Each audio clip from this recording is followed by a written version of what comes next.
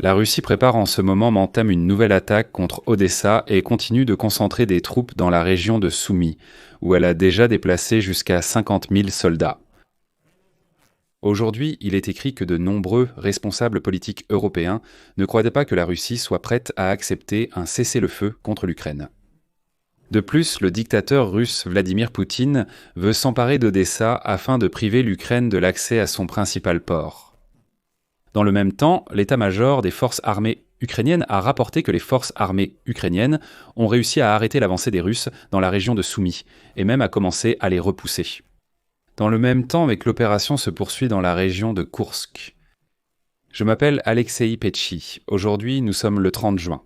Examinons ensemble la situation sur le front et les principales déclarations de nos partenaires occidentaux concernant l'offensive d'été des Russes. Avant de commencer, je vous demande de vous abonner à la chaîne, de mettre un like et d'écrire n'importe quel commentaire.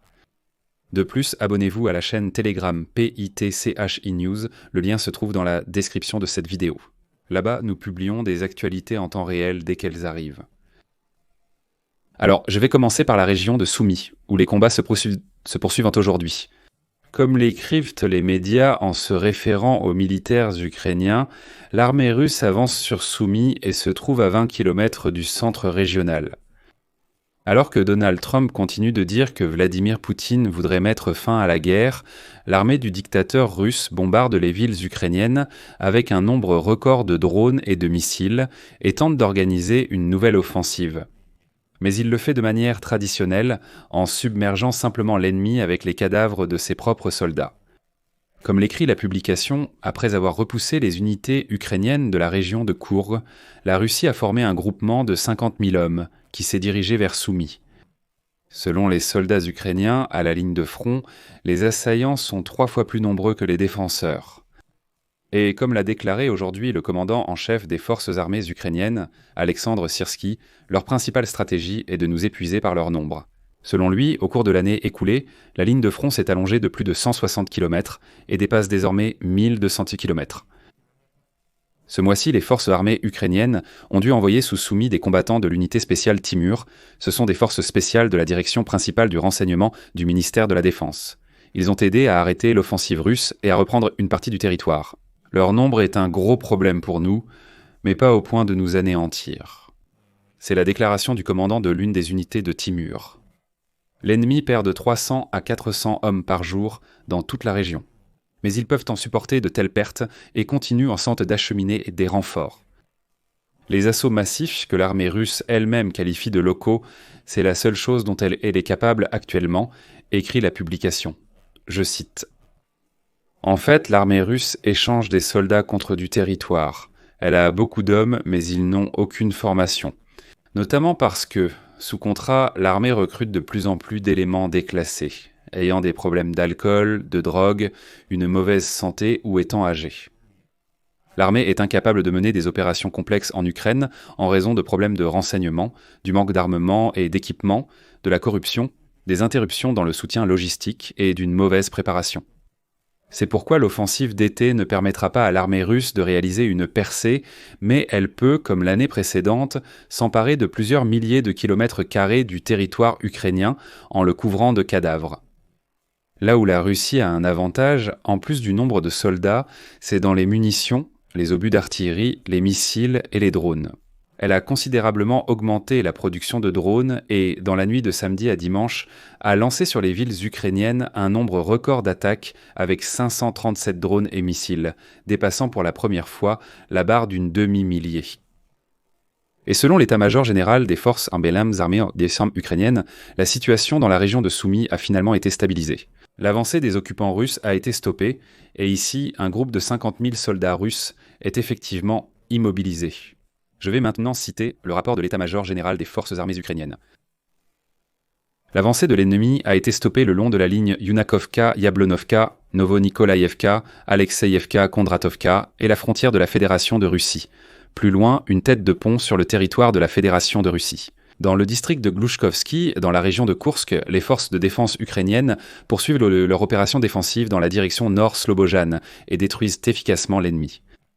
Les actions actives des défenseurs ukrainiens sur ce front, ainsi que dans la direction de Koursk, ont immobilisé un groupement de troupes russes d'environ 50 000 hommes, qui n'ont pas été redéployés vers d'autres directions menaçantes, en particulier vers Pokrovskoye et Novopavlovskoye. Nos troupes tiennent la défense et mènent des actions de préparation et de mise en œuvre d'opérations contre-offensives afin de repousser l'ennemi. Ainsi, à la suite des actions réussies des soldats ukrainiens, la localité d'Andriivka a été libérée. De plus, nos unités ont progressé dans la région d'Alexeïevka, repoussant l'ennemi plus loin de la ville de Soumy. Dans le même temps, Segodnia écrit que de nombreux hommes politiques européens ne croient absolument pas que la Russie soit prête à accepter un cessez-le-feu contre l'Ukraine. De plus, selon eux, le dictateur russe Vladimir Poutine veut s'emparer d'Odessa afin de priver l'Ukraine de l'accès à son principal port. Selon un haut fonctionnaire européen anonyme, Poutine croit qu'Odessa serait soi-disant une ville historiquement russe. Et donc, lors d'une conversation avec des journalistes, le fonctionnaire a déclaré que pour le chef de la Fédération de Russie, la prise de cette ville est le principal objectif de la guerre contre l'Ukraine. C'est pourquoi les Alliés doivent augmenter leur soutien à l'Ukraine afin de faire face à la Fédération de Russie. La publication a noté que l'un des principaux accomplissements du sommet de l'OTAN à La Haye est que l'Alliance s'est à nouveau concentrée sur la dissuasion de la Russie. Les Alliés ont également convenu d'augmenter les dépenses de défense, ce qui atténue les tensions entre l'Europe et les États-Unis. De plus, le président américain Donald Trump a rencontré le président ukrainien Volodymyr Zelensky lors du sommet de l'OTAN à La Haye. Et la publication a souligné que cette rencontre s'est bien déroulée. Néanmoins, bien que la situation diplomatique de l'Ukraine s'améliore pour l'instant, la guerre semble empirer selon la publication. Certains dirigeants de l'OTAN craignent que la situation sur le front ne se détériore sérieusement d'ici l'automne. Cela sera bien plus significatif que n'importe quel engagement écrit pris dans le communiqué de l'Alliance la semaine dernière. Et voici ce qui a été partagé. Les évaluations militaires montrent que tant les forces armées russes qu'ukrainiennes approchent d'un point d'épuisement. Néanmoins, la Russie sera probablement capable de maintenir le niveau actuel de ses opérations pendant encore 1 an. Et l'Ukraine pourrait atteindre la limite de ses capacités dans les 6 prochains mois si elle ne reçoit pas un soutien militaire supplémentaire important. En plus de cela, l'Ukraine rencontre des problèmes d'effectifs militaires, a ajouté la publication. Les analystes s'accordent à dire que la Russie a perdu plus d'1 million de soldats tués ou blessés au cours de la guerre. Les pertes de l'Ukraine ont également été lourdes. Et plusieurs responsables occidentaux ont déclaré aux journalistes que l'Ukraine pourrait perdre encore plus de territoire sans soutien militaire supplémentaire. Ils ont mis en garde contre le risque d'un échec catastrophique si l'armée ukrainienne est poussée à la limite de ses capacités et ne reçoit pas une augmentation de l'aide militaire et financière de la part de ses alliés. Il est également important de souligner ici une idée qui a déjà été exprimée à plusieurs reprises. Pourquoi Poutine est-il tellement obsédé par Odessa ? Poutine élabore des plans pour s'emparer d'Odessa, car d'une part, il veut couper l'Ukraine de l'accès à la mer Noire et d'autre part, cela aidera le Kremlin à régler plus rapidement la question de l'enclave russe, c'est-à-dire la Transnistrie non reconnue qui borde la région d'Odessa.